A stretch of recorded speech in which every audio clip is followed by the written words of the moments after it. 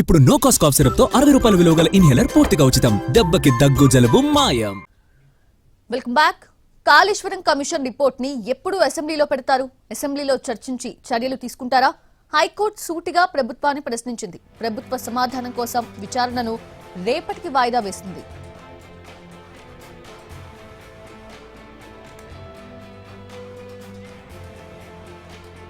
Kaleshwaram commission report ఇప్పుడు ఇది BRS కి బనుకు పుట్టిస్తోంది.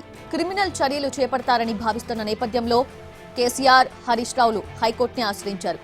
కేసీఆర్ ఏది చెబితే అదే చేశామని కమిషన్ ముందు అధికారులు చెబితే వారితో క్రాస్ ఎగ్జామినేషన్ చేసేందుకు కేసీఆర్ కు అవకాశం ఇవ్వలేదని ఆయన తరపు లాయర్ పేర్కొన్నారు.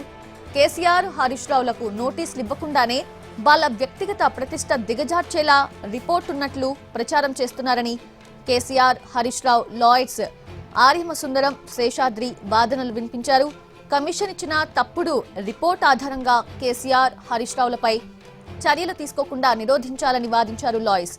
కేసీఆర్, హరీష్ రావులు రిపోర్ట్ కాపీ అడిగినా ఇవ్వలేదని, మీడియా ముందు మాత్రం పవర్ పాయింట్ ప్రెజెంటేషన్ ఇచ్చి వాళ్ళ ప్రతిష్టను ప్రభుత్వం దిగజార్చిందన్నారు లాయర్. కమిషన్ రిపోర్ట్ ని అసెంబ్లీలో చర్చిస్తామని ప్రభుత్వం ప్రకటించిన తరుణంలో హైకోర్టు సూటిగా ప్రశ్నించింది. కాళేశ్వరం కమిషన్ రిపోర్ట్ ని ఎప్పుడు అసెంబ్లీలో పెడతారు? అసెంబ్లీలో చర్చించి చర్యలు తీసుకుంటారా అని అడ్వకేట్ జనరల్ ని ప్రశ్నించింది హైకోర్టు.